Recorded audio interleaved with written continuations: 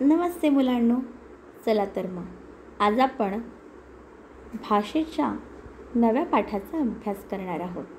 सर्वांनी बालभारतीची पुस्तकं काढायची आहेत आणि पान क्रमांक 37वर 11वा पाठ जो आहे तो सर्वांनी काढायचा आहे.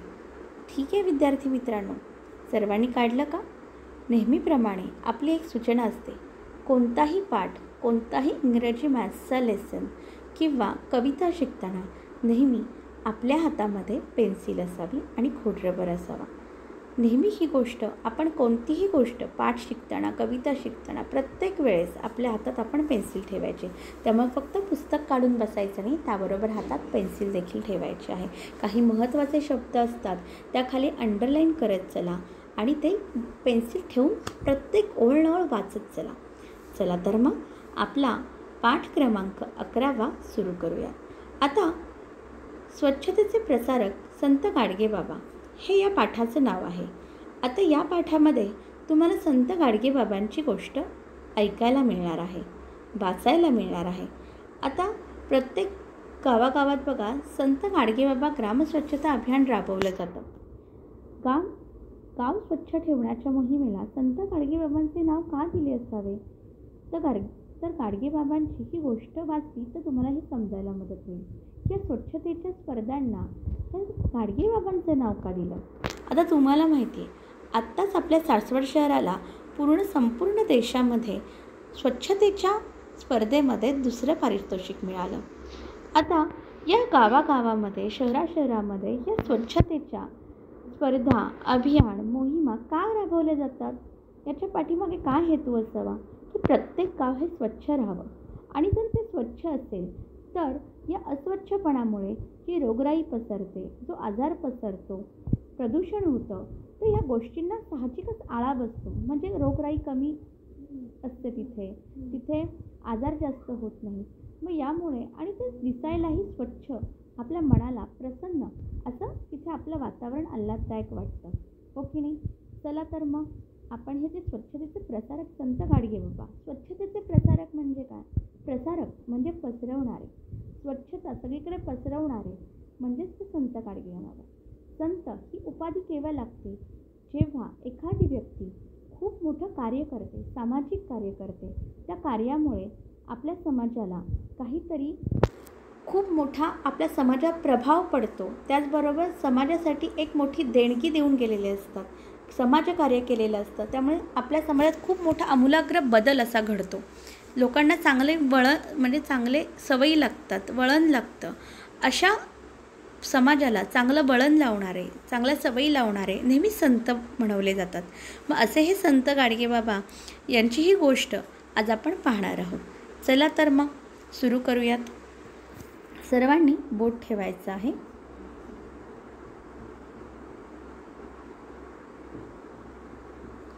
स्वच्छतेचे प्रसारक संत गाडगेबाबा. संत गाडगे महाराजांचा जन्म वऱ्हाडात शेंडगाव येथे एका गरीब कुटुंबात झाला. बघा, संत गाडगे महाराजांचा जन्म कुठे झाला? वऱ्हाडात शेंडगाव येथे एका गरीब कुटुंबात झाला. आई बापांनी त्यांचे नाव ठेवले डेबू. त्यांचं नाव काय होतं लहानपणी आईवडिलांनी ठेवलेलं? डेबू.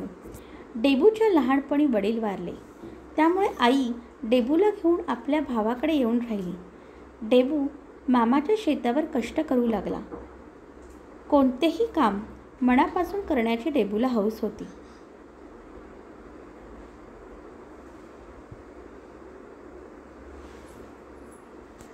काम करायचे ते अगदी नीटनेटके. आपला हात ज्याला लागेल ते सुंदर दिसले पाहिजे, अशी त्याची काम करण्याची पद्धत होती. बघा, त्यांचा जन्म कुठे झाला? तर वऱ्हाडात शेणगाव येथे एका गरीब कुटुंबात झाला. त्यांनी लहानपणी त्यांच्या आईबाबांनी त्यांचं नाव डेबू ठेवले होते. तर लहानपणीच त्यांचे वडील वारले, त्यामुळे आई डेबूला घेऊन आपल्या भावाकडे येऊन राहिली. म्हणजे डेबू किंवा संत गाडगे महाराज कुठे येऊन राहिले? त्यांच्या मामाकडे येऊन राहिले. डेबू मामाच्या शेतावर कष्ट करू लागला. मग शेतात काम करायला लागले. कोणतेही काम मनापासून करण्याची डेबूला हौस होती की कुठलंही काम येऊ देत, ते नेहमी ते मनापासून करत. काम करायचे ते अगदी नीटनेटके. म्हणजे त्यांचं काम कसं तरी उरकायचं आणि असं नाही, तर ते मनापासून ते काम करायचं अगदी नीटनेटकं. आपला हात ज्याला लागेल ते सुंदर दिसले पाहिजेत, अशी त्याची काम करण्याची पद्धत होती. ज्या कामाला हात लागेल, ज्याला हात लागेल, तर ते काम सुंदरच झालं पाहिजे, अशी त्यांची पद्धत होती. आता पुढे काबाड कष्ट करणारे असंख्य लोक असतात. त्यांचे दुःख, दारिद्र्य पाहून त्याचा जीव तुटत होता. तो ज्या समाजात वावरत होता त्या समाजातील लोकांचे वागणे त्याला आवडत नव्हते. ते लोक व्यसनांमुळे कर्जबाजारी होत होते, ऋण काढून सण करत होते. रोगराई आली तर औषध न घेता देवाला नवस करत होते. कोंबडे बकरे यांचे बळी देत होते. डेबूला हे आवडत नव्हते. लोकांनी चांगले वागावे म्हणून तो त्यांना जीव तोडून सांगत होता. लोकांच्या भल्यासाठी जीव तोडून राबणाऱ्या डेबूला एक वेगळाच अनुभव आला. 4 चांगल्या गोष्टी सांगितल्या तरी आपले कुणी ऐकत नाही. आपल्या शब्दाला वजन नाही. आई आपल्यासाठी राबते, कष्टते म्हणून तिचे ऐकतो. बघा, आता इथपर्यंत लक्ष द्या. काबाड कष्ट करणारे असंख्य लोक असतात. त्यांचे दुःख, दारिद्र्य पाहून त्याचा जीव तुटत होता. म्हणजे पूर्वीच्या काळी किंवा अनेक लोक शेती करूनच जगत होते. लक्षात घ्या. तर ते खूप कष्ट करायचे, छोटी मोठी कामं करायचे, पण त्यांचं काही दारिद्र्य, दुःख काही संपत नसायचं. आणि हे पाहून डेबूचा नेहमी जीव तुटत होता, म्हणजेच वाईट वाटत होतं. तो ज्या समाजात वावरत होता त्या समाजातील लोकांचं वागणं त्याला अजिबात आवडत नव्हतं. का आवडत नव्हतं? कारण ते लोक व्यसनांमुळे कर्जबाजारी होत होते. व्यसन म्हणजे अनेक ठिकाणी त्यांना घाणेरडी व्यसनं लागलेली असायची. चांगल्या गोष्टींचं व्यसन लागणं हे नेहमी चांगलीच गोष्ट असते, पण घाणेरड्या गोष्टींचं व्यसन लागणं हे काय होतं? मग आपल्या सगळ्या जीवनाचा नाश होतो आणि आपलं जीवन हे कर्जबाजारीपणात डुंबून जातं. मग अशा लोक व्यसनांमुळे कर्जबाजारी होत होते. ऋण म्हणजे काय? कर्ज काढून सण करत होते. ऋण काढून सण करत होते म्हणजे सण करायचा मोठा. जर आपली जशी ऐपत आहे तसं आपण सण करावेत किंवा जसे सण उत्सव असतात आपल्याकडे, जे उत्सव समारंभ असतो, दिवाळी, दसरा, ह्या सगळ्या गोष्टी आपण काय कराव्यात? जशी आपली ऐपत असेल, जेवढे आपल्याकडे पैसे असतील तर त्या पैशातच बसेल सगळं आपला खर्च किंवा काय असेल तेवढाच करावा. असं उगाचच एखाद्याकडून ऋण घेऊन सण करण्यात काही अर्थ नव्हता. रोगराई आली तर औषध न घेता देवाला नवस करत होते. आता रोगराई आली, आजार झाला तर आपण काय केलं पाहिजे? तर आपण डॉक्टरकडे गेलेच पाहिजे, दवापाणी केली पाहिजे, पण ते काय करायचं? देवाला नवस करायचे. कोंबडे बकरे यांचे बळी देत होते. कोंबड्याचा बळी दे, बकऱ्याचा बळी दे, हे डेबूला काही आवडत नव्हतं. लोकांनी चांगले वागावे म्हणून तो त्यांना जीव तोडून सांगत होता. लोकांच्या भल्यासाठी जीव तोडून राबणाऱ्या डेबूला एक वेगळाच अनुभव आला. 4 चांगल्या गोष्टी सांगितल्या तरी आपले कोणी ऐकत नाही, आपल्या शब्दाला वजन नाही. बघा, त्याला काय अनुभव आला? कितीही मी सांगितलं तरी त्याचं कोणी ऐकत होतं का? डेबूचं, संत गाडगे महाराजांचं कोणी कितीही होते ओरडून सांगत होते, किती जीव तोडून सांगत होते, पण त्यांचं कोणीही ऐकत नव्हतं. त्यांच्या शब्दाला काही वजन नव्हतं. आई आपल्यासाठी राबते, कष्टते म्हणून आपण तिचे ऐकतो.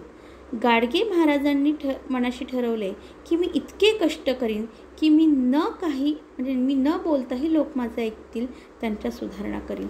बघा, आई आपल्यासाठी राबते, कष्टते म्हणून आपण तिचं ऐकतो. मग गाडगे महाराजांनी काय ठरवलं? की त्यांनी मनाशी ठरवलं की मी इतके कष्ट करीन की मी न बोलताही लोक माझं ऐकतील, त्यांच्या सुधारणा होईल. मी एवढं कष्ट करीन. आईचं आपण ऐकतो, तिच्या शब्दाला मान असतो, कारण ती आपल्यासाठी कष्ट करते, आपल्यासाठी राबते. मग त्यांनी काय ठरवलं गाडगे महाराजांनी? की मीही कष्ट करेन, मीही इतकं कष्ट करीन की मी काही न बोलताही लोक माझं ऐकतील आणि त्यांच्यात सुधारणा होईल. वयाच्या 29व्या वर्षी गाडगे बाबांनी घरादाराचा, सगळ्या सोयऱ्यांचा त्याग केला. सगळी माणसे हे आपले सगळे सोयरे, सगळे विश्व हेच आपले घरं असे मानून ते वावरू लागले. गावोगाव भजन कीर्तन करत ते फिरू लागले. समाजात, लोकात जे दोष दिसत होते ते जणू आपलेच आहेत, त्याबद्दल आपण दंड भोगला पाहिजे अशी त्यांची भावना होती. बघा, आता त्यांनी वयाच्या 29व्या वर्षीच काय केलं? तर घरादाराचा, सगळ्या सोयऱ्यांचा त्याग केला. सगळी माणसे हे आपले सगळे सोयरे आणि सगळे विश्व हे आपले घर आहे. म्हणजे त्यांनी 29 वयाच्या 29 त्यांचं घरदार सोडलं, त्यांचे सगळे पाहुणे रावळे सोडले आणि मग त्यांनी काय केलं, सगळीकडे वावरू लागले. गावोगाव ते भजन कीर्तन करत फिरू लागले. समाजात लोकांचे जे दोष आहेत ते काय सगळे माझेच आहेत, ते लोकांचे नाही, ते माझे आहेत. मग त्याबद्दल आपण दंड भोगला पाहिजे अशी त्यांची भावना होती. आणि जिथे सगळी माणसं ही माझी सगळे सोयरे आहेत, फक्त घरातले पाहुणे रावळे नातेवाईक आहेत का माझे, तर नाही. याच विश्वातील सगळी माणसं ही कोण आहेत, ते माझे आहेत, माझे सगळे सोयरे आहेत, माझे नातेवाईक आहेत. आणि हे सगळं विश्व हे माझं घर आहे. फक्त एकच घर नाही, तर मी कुठेही राहील तिथे माझं घर आहे. आणि ते गावोगाव भजन कीर्तन करत फिरू लागले आणि लोकांच्या जे दोष ते आपलेच आहेत, त्यावर दंड भोगला पाहिजे अशी त्यांची भावना होती. मग बाबा कसे दिसत बघा, बाबा कसे दिसत, डोक्यावर शुभ्र चांदीच्या रंगाचे केस, पिंगट डोळे, गोरा रंग, अंगात फाटका पण स्वच्छ सदरा, जाडजूड धिप्पाड देह, नेसायला एक लुंगी, एका पायात कापडाचा बूट तर दुसरा पाय अणवाणी, हातात एक काठी आणि एक गाडगे, हात सदा नमस्कारासाठी जोडलेले. कसं दिसत बघा. आता डोक्यावर काय असायचं त्यांच्या, शुभ्र चांदीच्या रंगाचे, म्हणजे डोक्यावर कसे केस होते, एकदम पांढरे शुभ्र चांदीच्या रंगाचे असे केस होते.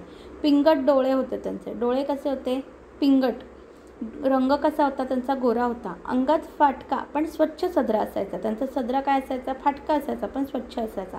ते कसे होते, जाडजूड आणि धिप्पाड होते, असे किडकिडे नव्हते, एकदम जाडजूड आणि धिप्पाड होते. नेसायला एक लुंगी असायची, एका पायात कापडाचा बूट तर दुसरा पाय अणवाणी, हातात एक काठी आणि एक गाडगे. काय असायचं, एक काठी आणि एक गाडगे, सदा म्हणजे हात नेहमी नमस्कार करत जोडलेले असायचे. बघा पुढे. पण दुसरा कोणी पाय धरू लागला की ते पसार होत आणि त्यांचे कोणी पाय धरू लागले की ते काय होत, पसार होत. त्यांच्याजवळ सतत गाडगे असायचे, म्हणून लोक त्यांना गाडगे महाराज म्हणत. घर सोडल्यानंतर कधी कुणाच्या घरी ते जेवले नाही. त्यांनी घर सोडलं पण कधी कुणाच्या घरी ते जेवायला गेले नाहीत. भिक्षा मागायची आणि गाडग्यात जे पडेल ते खायचे. त्यांनी कधी धड कपडे वापरले नाहीत, चिंध्या घातल्या आणि पांघरल्या. कधी त्यांनी घर सोडलं पण कधी कोणाच्या घरी जेवले नाहीत. भिक्षा मागत होते, या गाडग्यात जे जेवढं पडेल तेवढं ते खायचे. कधी धड कपडे वापरले नाहीत, चिंध्या घातल्या आणि पांघरल्या. झोपायला फक्त एक तरट किंवा घोंगडी, उशाला हाताची घडी. कुणाकडे भीक मागायला जावे तर त्याने म्हणावे, तू तर चांगला धडधाकट आहेस, माझ्या घरचं लाकडे फोडून दे, मग देतो तुला भाकर. बाबांनी म्हणावे, द्या कुऱ्हाड. कुऱ्हाड हाती आली की घणाखंड ढलप्यात पाडून घाम गाळावा. मालकाने भाकर आणायला घरात जावे, तोवर बाबांनी कुऱ्हाड ठेवून पसार व्हावे. बाबांचा पत्ता लागायचा नाही. तहान भुकेची पर्वा कोण करतो. भजन कीर्तन उपदेश हाच त्यांचा ध्यास. बघा, या अशा पद्धतीने गाडगे महाराज वागत होते. आता ते काय करायचे, नेहमी भिक्षा मागायचं. आणि जर का कोणी म्हटलं, तू चांगला धडधाकट आहेस, माझ्या घरचे एवढे लाकडे फोडून दे तर मग तुला भाकर देतो. बाबांनी म्हणायचं, द्या कुऱ्हाड. मग ते कुऱ्हाड घ्यायचे, हाती आले की पटकन आपले ते पूर्ण त्याचं काम करायचे. आणि त्याच्यानंतर मालकाने आत भाकर आणायला घरात गेलं की बाबांनी कुऱ्हाड ठेवून पसार व्हायचं. बाबांचा काही पत्ताच लागत नाही. तहान भुकेची पर्वा कोण करतो. आणि नेहमी भजन कीर्तन उपदेश हाच त्यांचा ध्यास असायचा. पुढे गाडगे बाबांच्या कीर्तनाला 10,000 लोक जमू लागले. बघा, त्यांच्या कीर्तनाला 10,000 लोक जमू लागले. त्यांच्या पायावर डोकी ठेवायला लोकांची झिम्मड उडू लागली. ते कुणाला पाया पडू देत नसत. कीर्तन संपले रे संपले की आरतीच्या अगोदर गर्दीतून पळ काढून निघून जात. म्हणजे त्यांच्या कीर्तनाला अनेक हजार लोक यायची, परंतु त्यांच्या डोक्यावर त्यांच्या पायावर कोणी डोकं ठेवायला लागलं की तिथून ते त्याच्या आतच पळ काढायचे. कीर्तन संपले की ते आरतीच्या अगोदर गर्दीतून पळ काढून निघून जात असत. लोकांनी सद्गुण शिकावे, माझ्या पाया पडून उपयोग नाही असे त्यांचे म्हणणे असे. कीर्तनात ते सांगायचे काय, कळवळून ते म्हणायचे, बाबांनो, आपणच आपले भले केले पाहिजे. माझ्या लेकरांनो, अरे देव आपल्यातच आहे, त्याला जागा करा. हा उपदेश करत गावचे गावे, शहराच्या शहरे गाडगे बाबांनी पायाखाली घातली. ते काय सांगायचे, बाबांनो, आपणच आपले भले केले पाहिजे. माझ्या लेकरांनो, अरे देव आपल्यातच आहे, त्याला जागा करा. हा उपदेश करत गावेच्या गावे, शहराच्या शहरे गाडगे बाबांनी पायाखाली घातली. बाबांचा एक नियम होता, तो अखेरपर्यंत त्यांनी पाळला. ज्या गावी ज्या वस्तीत ते जात तेथे खराटे, फावडी, घमेली मागवत सर्व गाव झाडून स्वच्छ होई. या गर्दीत कोणी पाया पडायला आला की एक तडाखा देऊन बाबा म्हणत, तुम्ही स्वतः तर काम करत नाही आणि दुसरा करतो तर असे आडवे येऊन पडता, व्हा बाजूला. बघा हे गाव कसं साजरं गोजं दिसतं आता. बघा असे ते गाडगे महाराज होते. त्यांनी संदेश काय दिला, उपदेश काय केला कीर्तनातून, की आपणच आपले भले केले पाहिजे. देव आपल्यातच आहे, त्याला जागा करा. आणि ज्या गावात ते कीर्तन करायला जाईल, जिथे कुठे जाईल, तर ते काय करायचे की पहिलं खराटे, फावडी, घमेली मागवत आणि मग काय करायचे, तिथली स्वच्छता करायचे आणि तिथं कोणी त्यांच्या पाया पडायला ते त्याला एक तडाखा द्यायचे आणि म्हणायचे, तुम्ही स्वतः तर काही काम करत नाही आणि दुसरा करतो तर आडवे येऊन पडता, व्हा बाजूला. बघा हे गाव कसं तर साजरं गोजरं दिसतंय आता. तुम्ही पंढरपूर पाहिले आहे का? नाशिक बघितले आहे का? आणि देहू आणि आळंदी, महाराष्ट्रातल्या अशा कुठल्याही तीर्थक्षेत्री किंवा शहरी तुम्ही गेलात तर तुम्हाला दिसेल की बाबांनी स्वतः राबून, कष्टून, मदत मागून धर्मशाळा बांधल्या. काही नद्यांवर घाट बांधले, पाणपोया उघडल्या, गरीब, अनाथ व अपंग लोकांसाठी सदावर्ते सुरू केली. मुलांसाठी शाळा, महाविद्यालय, वसतिगृहे उभी केली. बघा आता त्यांनी काय काय केलं. तर तुम्ही पंढरपूर पाहिले, तिथं नाशिक, पंढरपूर, देहू, आळंदी इथल्या तीर्थक्षेत्री जर तुम्ही गेलात तर तिथे त्यांनी स्वतः राबून, कष्टून, मदत मागून धर्मशाळा बांधलेल्या आहेत. काही नद्यांवर घाट बांधले आहेत, पाणपोया उघडल्या आहेत. गरीब अनाथ म्हणजे जे मुलं गरीब असतात, अनाथ असतात, तर त्यांच्यासाठी त्यांनी काय केले, अपंग सदावर्ते सुरू केले. सदावर्त म्हणजे अन्नछत्र. अन्नछत्र म्हणजे काय, तिथे तर तुम्हाला अन्न मिळतं, ज्या ठिकाणी तुम्हाला मोफत अन्न मिळतं त्याला सदावर्त असे म्हणतात. मुलांसाठी शाळा, महाविद्यालय, वसतिगृह उभी केली आहेत. दुःख दिसले की बाबा तिथे धावत. बघा दुःख दिसले की बाबा तिथे धावत. दुष्काळ पडला, लोक अनान्न झाले की बाबा तिथे हजर. स्वतः राबायचे, लोकांनाही सेवेची प्रेरणा द्यायचे. त्यातून अन्न, वस्त्र आणि अशाच गरजेच्या वस्तू निर्माण व्हायच्या. उजाड गावे उभी व्हायची.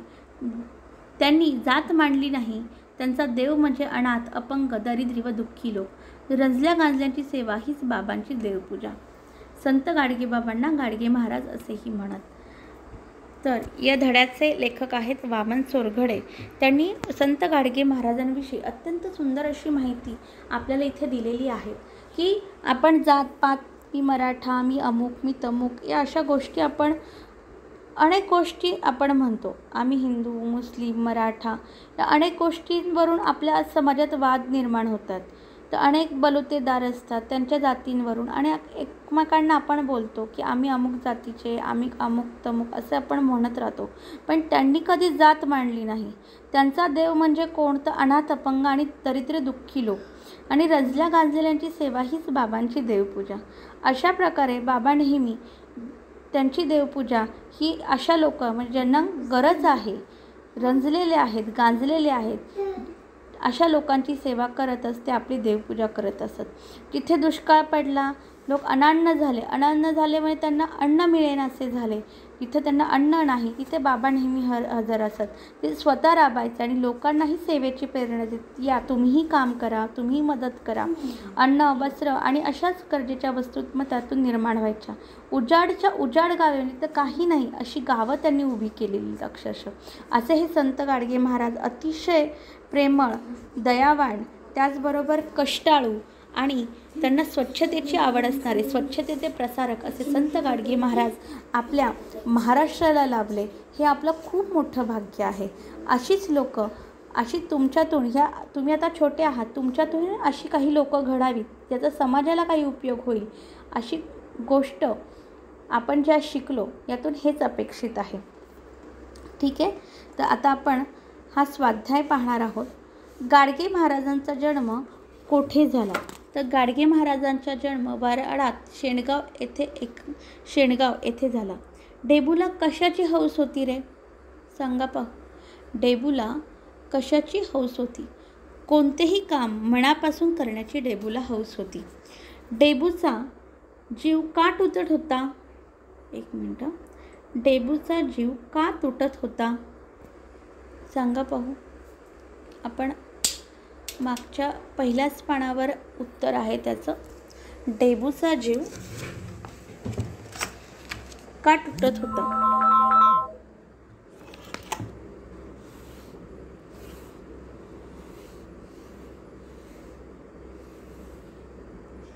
सॉरी, माझाच फोन आला होता. तर पहिला प्रश्न आपला झाला, गाडगे महाराजांचा जन्म कोठे झाला? तर गाडगे महाराजांचा जन्म बराडा शेंडगाव येथे झाला. त्याचबरोबर डेबूला कशाची हौस होती? तर डेबूला कोणतेही काम मनापासून करण्याची हौस होती. आणि डेबूचा जीव का तुटत होता? तर काबाड कष्ट करणाऱ्या असंख्य लोकांचे दुःख आणि दारिद्र्य पाहून डेबूचा जीव तुटत होता. गाडगेबाबांची देवपूजा कोणती? तर रंजल्या गांजलेल्यांची सेवा हीच गाडगेबाबांची देवपूजा होय. त्याचबरोबर तुम्ही 2 ते 3 वाक्यांची उत्तरे आहेत. तर लोकांचे कोणते वागणे डेबूला आवडत नव्हते? तर इथे 2 ते 3 वाक्यात उत्तरं लिहिलेलं आहे, तर ते तुम्ही लिहू शकता. ठीक आहे. तर त्यांना काय आवडत नव्हतं? काय लोकांचं समाजातील आवडत नव्हतं? की लोक व्यसनांमुळे कर्जबाजारी होत होते, ऋण काढून सण करत होते, रोगराई आली की औषध न घेता देवाला नवस करत होते, कोंबडे बकरे यांचे बळी देत होते. हे अजिबात त्यांना आवडत नव्हतं. गाडगेबाबांनी मनाशी काय ठरवलं सांगा बघू? की काय ठरवलं? बरोबर, जशी आपली आई आपल्यासाठी राबते, कष्टते, म्हणून तिचं आपण ऐकतो. म्हणून त्यांनी काय ठरवलं? की मीही इतके कष्ट करीन की मी न बोलताही लोक माझे ऐकतील आणि त्यांच्या सुधारणा होईल, असं त्यांनी ठरवलं. गाडगेबाबा कीर्तनातून काय सांगायचे? चला सांगा पाहू, ते काय सांगायचे कीर्तनातून आपल्या? मी आत्ता मगाशी सांगितलं होतं, शोधा पाहू. काय सांगायचं कीर्तनातून बाबांनो? सापडलं का?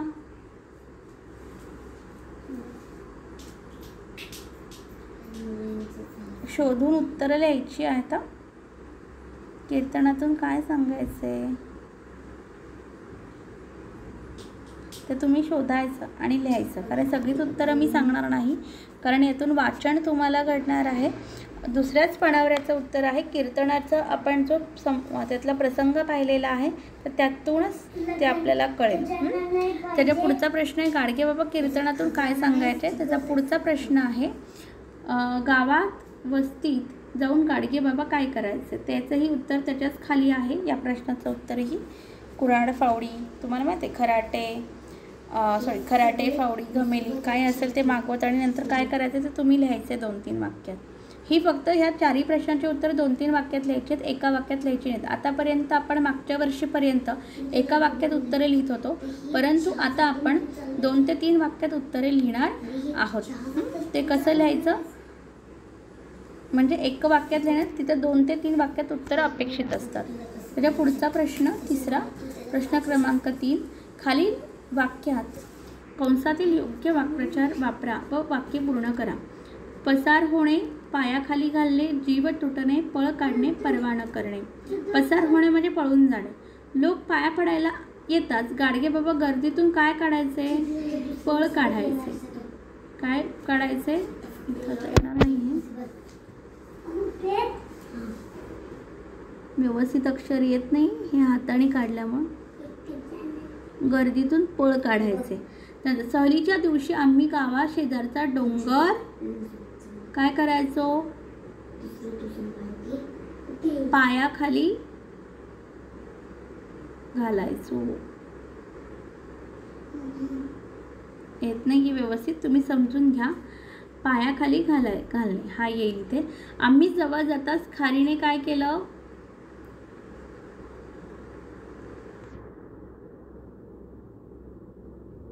सांगा बाबू. पळ काढला का दुसरं येईल?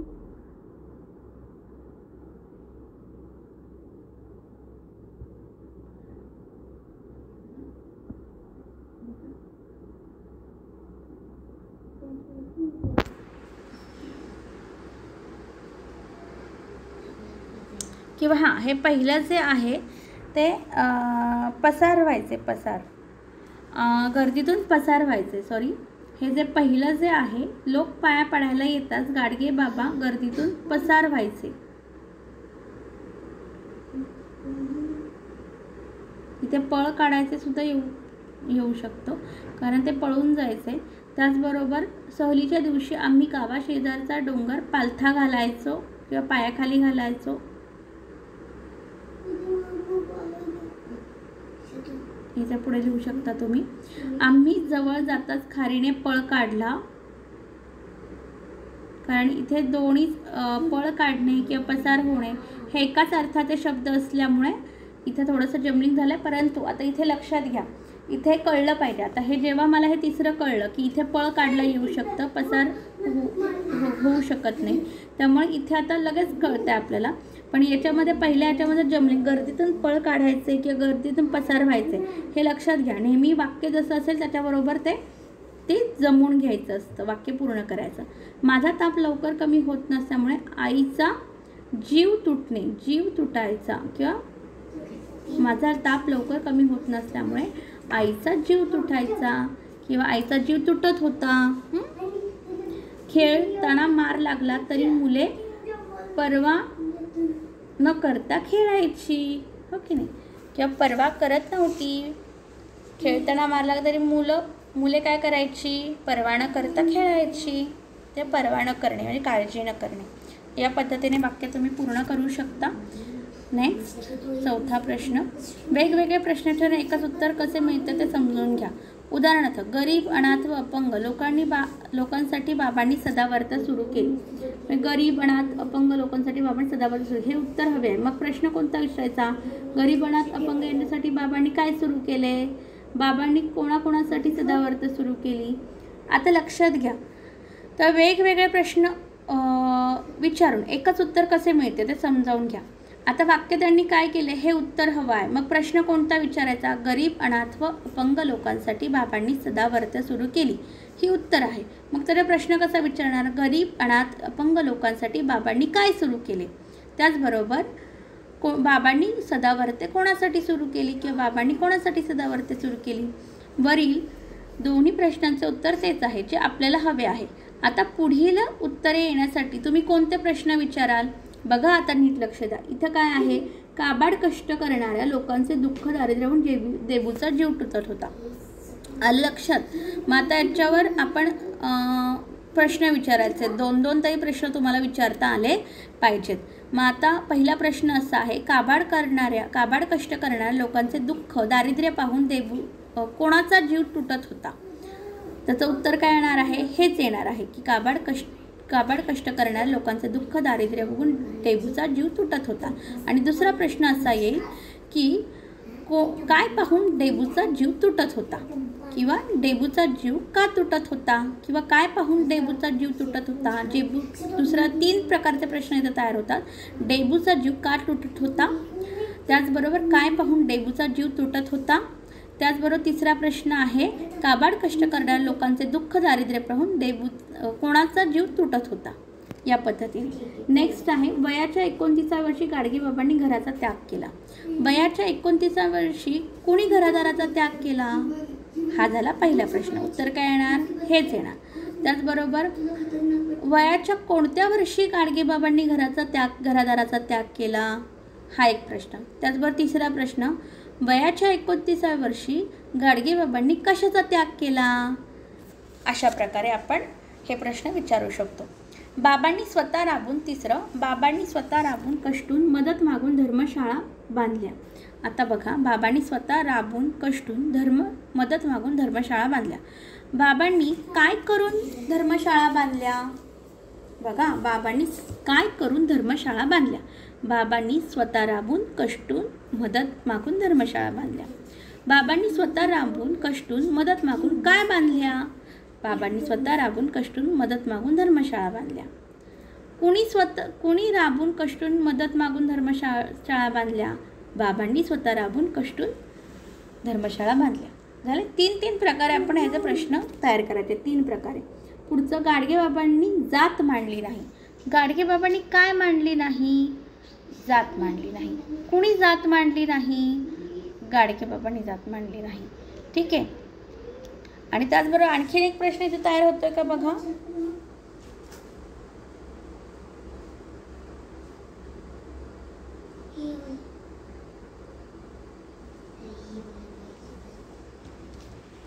हां, होता का?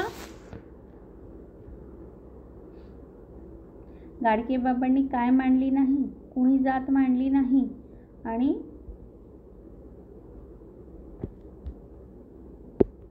गाडगेबाबांनी कोणती गोष्ट मांडली नाही? अशा पद्धतीने आपण प्रश्न तयार करू शकतो.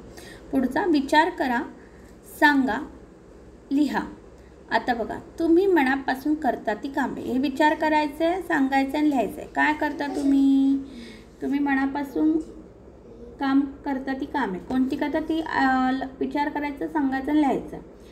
कोणती कामे तुम्हाला मनापासून करावीशी वाटत नाही, तुम्हाला काय करावं असं वाटत नाही, ते पण लिहायचं. तुमचे आई वडील, शिक्षक यांच्यामध्ये तुमच्यात कोणते चांगले गुण आहेत? आई वडिलांच्या मते तुमच्यात कोणते चांगले गुण आहेत ते पण तुम्ही लिहू शकता. आता बघा, या पाठात गाडगेबाबा कसे दिसतं त्याचे वर्णन आले आहे, ते वाचा. तुमची आई किंवा वडील कसे दिसतं त्याचे वर्णन करा. आता या कसे दिसतं त्याचे वर्णन आणले ते वाचा. आता एखाद्याचं वर्णन करणार, तर गाडगेबाबांचं वर्णन जसं इथे केलेलं आहे तसंच तुमची आई आणि वडील कसे, आई किंवा वडील दोन्हीपैकी एक कोणीतरी तुम्ही त्यांचं वर्णन करायचं आहे की आई आपली कशी दिसते. आता उदाहरणार्थ इथं वर्णन कसं केलेलं आहे गाडगेबाबांचं तुम्ही एकदा पाहू शकता. पहिल्या पानावरच आहे तिथे, पान क्रमांक 37वर. ते कसे होते तर शुभ्र चांदीच्या रंगाचे रंगाचे केस होते, चांदीच्या रंगाचे, पिंगट डोळे, गोरा रंग. तर तुम्ही तुमच्या आईचं वर्णन करू शकता. घारे डोळे, काळेभोर केस, त्यामुळे काळेभोर डोळे, त्याचबरोबर सरळ केस, कुरळे केस, गोरा रंग, सावळा रंग, हो की नाही. त्याचबरोबर तुम्ही आपल्या आईचं वर्णन करा. गोल चेहरा, उभट चेहरा, उभा चेहरा, हो की नाही. डोळे गोल डोळे किंवा असे मोतीदार डोळे, पाणीदार डोळे, असे अनेक प्रकारे तुम्ही आपल्या आईचं किंवा वडिलांचं करू शकता. मध्ये मध्ये पांढरे केस, हो की नाही. काळे पण मध्ये मध्ये पांढरे केस, कोणाचे तांबडे केस असतात. तर ह्या पद्धतीने तुम्ही करू शकता. एकदम पिळदार मिशा, एखाद्याच्या बाबांच्या किंवा वडिलांच्या पिळदार मिशा असू शकतात, दाढी असू शकते, मोठी दाढी, हो की नाही. कपाळावर कोणी चंद्रकोर लावत असेल तर चंद्रकोर, कोणी आईचं कुंकू असेल तर लाल कुंकू, टिकली. ह्या पद्धतीने तुम्ही कानात काय असतील, वेल असतील किंवा रिंग असतील, आई जशी आपली आहे, साडी नेसते, ड्रेस घालते, हे आईचं वर्णन किंवा बाबांचं वर्णन तुम्ही करायचं आहे आणि 2-3 ओळीमध्येच ते तुम्ही लिहायचं आहे. आता वाचा.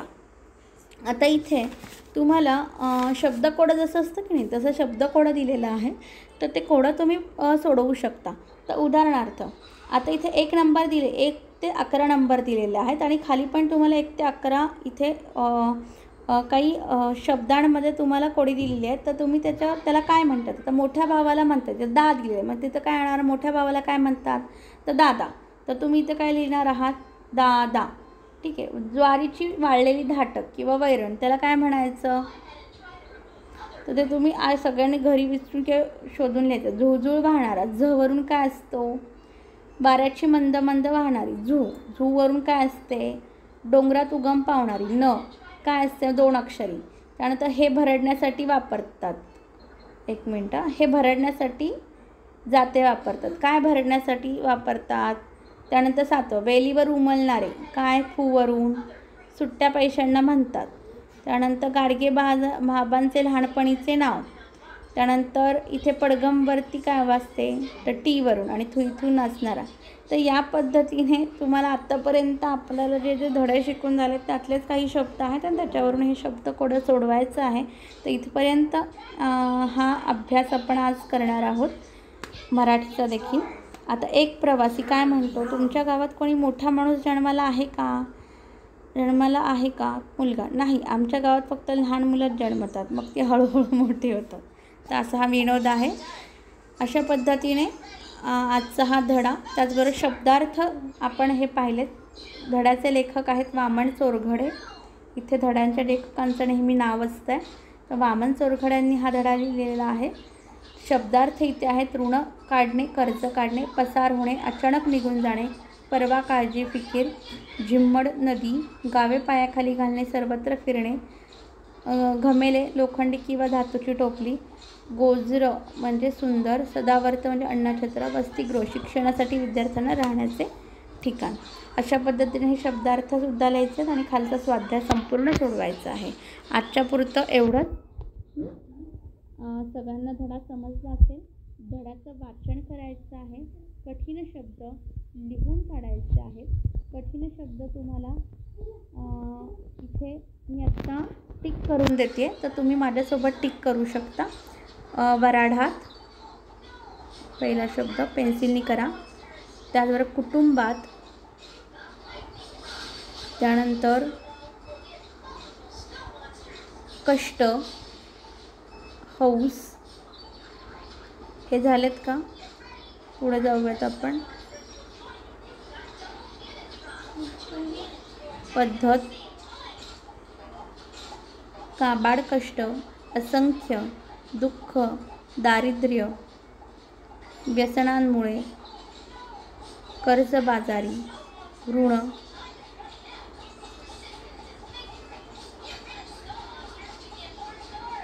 या पुढे जाऊयात.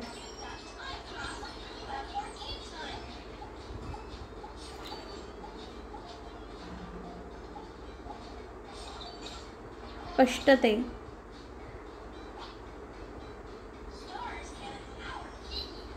29व्या सगळ्या सोयऱ्यांचा, विश्व, कीर्तन, दोष,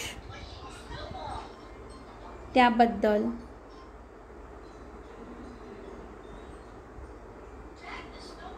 शुभ्र, पिंगट, धिप्पाड, स्वच्छ, नमस्कारासाठी, अनवाणी,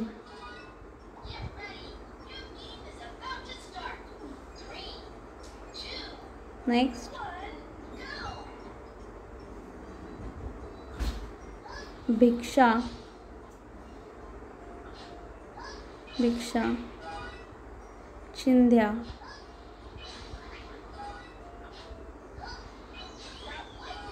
कुऱ्हाड,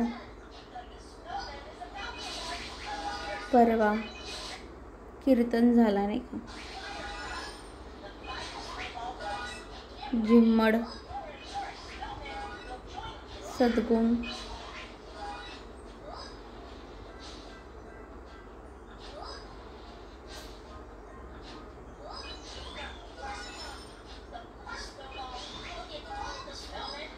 साजरं गोजरं, तीर्थक्षेत्री, महाराष्ट्रातल्या,